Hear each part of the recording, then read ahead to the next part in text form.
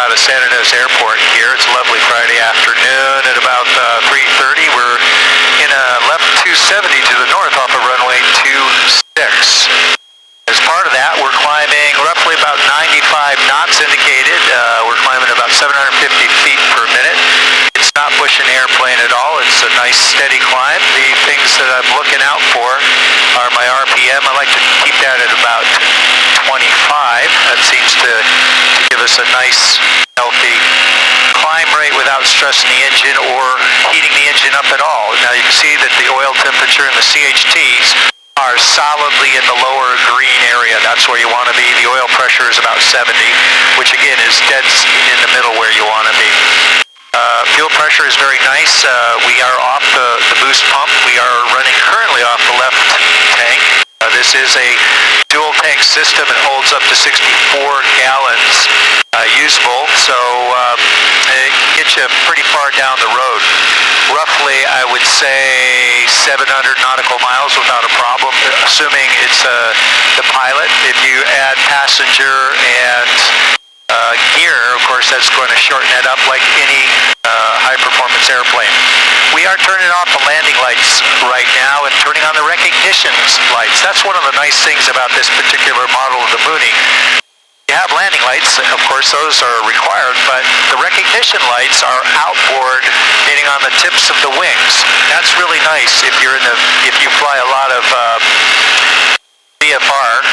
The thing is, it's nice to be seen, even if you don't want to worry about your landing lights or your taxi lights, and it's nice in terms of it helps you be seen. Now, what I'm going to do is I'm going to pull back the engine. This does have a constant speed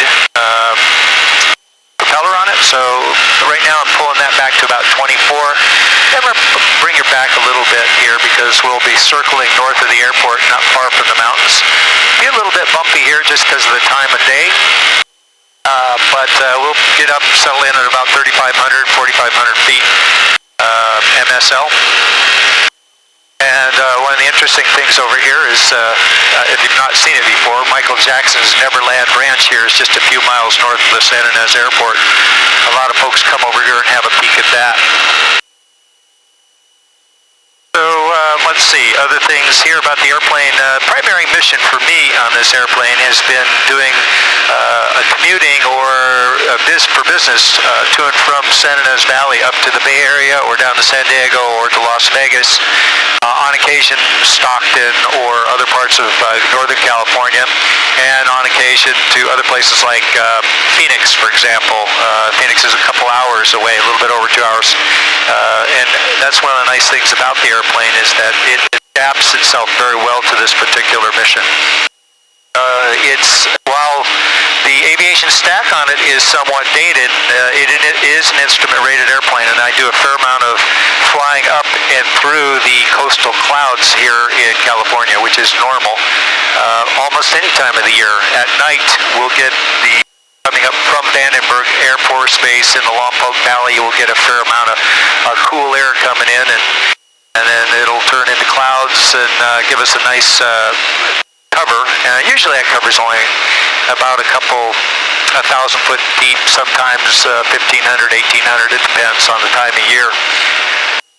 Let's see, the stack, as I mentioned, is a bit dated. It does have a KLN 94, which I found is just rock solid. It works great. Everything else on the airplane is exactly what its mission has been required, meaning getting it from here to there without, overdoing it. We're going to settle out here about 3,500 feet. Got a nice little King KAP 150 in it. And the 150, same thing. I mean, it'll follow that heading bug, or it'll allow you to hook up to the navigation system.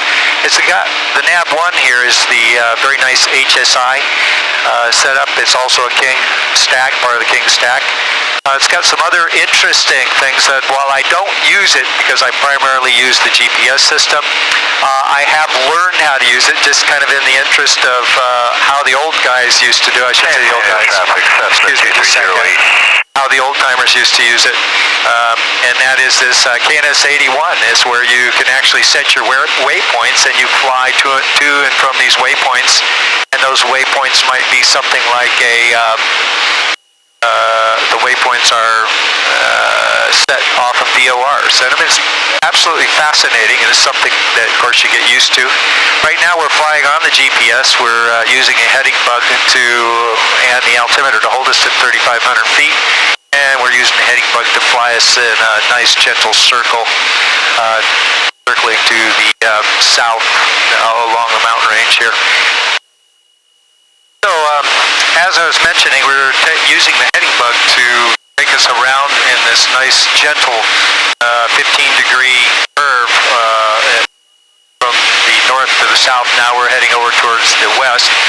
You may notice I'm wearing a nasal cannula. One of the things that I'm using on this nasal cannula is I like having oxygen. Now, not necessarily at 3,500 foot, but this airplane is very comfortable between about 8 and 14,000 feet. You probably find, because it's a normally aspirated engine, probably find the bulk of the flying is between 8 and 12 and a half.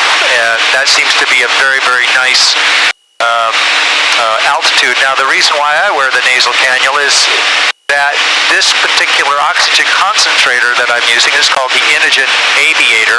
The Inogen Aviator has the capability of creating the oxygen on the fly out of air.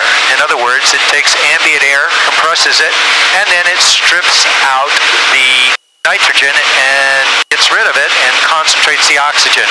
And that's actually really, really nice, because that means as long as I have electricity, in this case I'm using the cigarette lighter to run the engine, I've got oxygen for free. I never have to worry about filling up.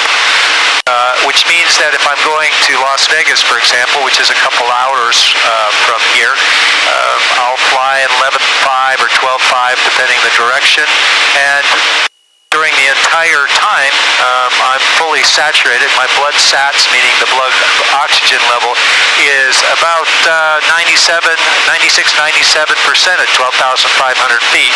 And it's purely from the oxygen that is being generated on the fly. A lot of fun. Now, again, with the airplane, right now we're flying an autopilot. It's very easy to turn it off. As I mentioned, it is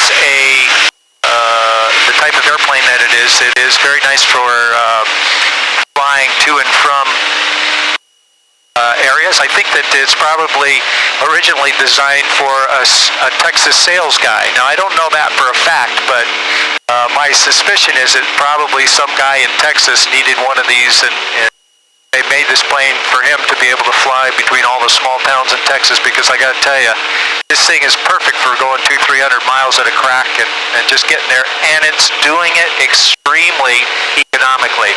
I am typically chewing up maybe 10 gallons an hour, and if I want to dial it back, I can get down to about 8.5 gallons an hour. The true airspeed, meaning when I true it out, we're talking about 153 knots, 152 knots true. And that's actual. I mean, across the ground, of course, it depends on the wind.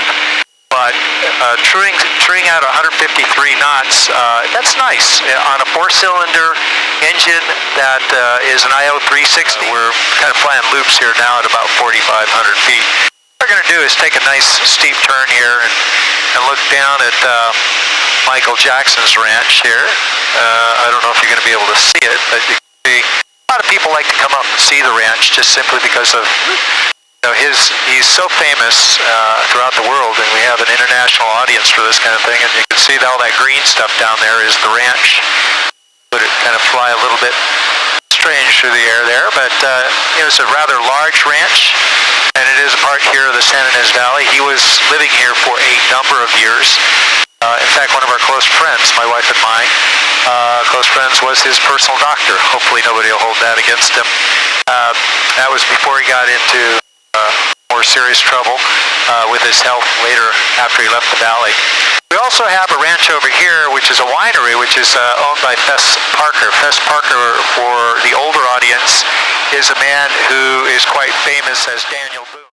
She packed my bags last night, pre-flight.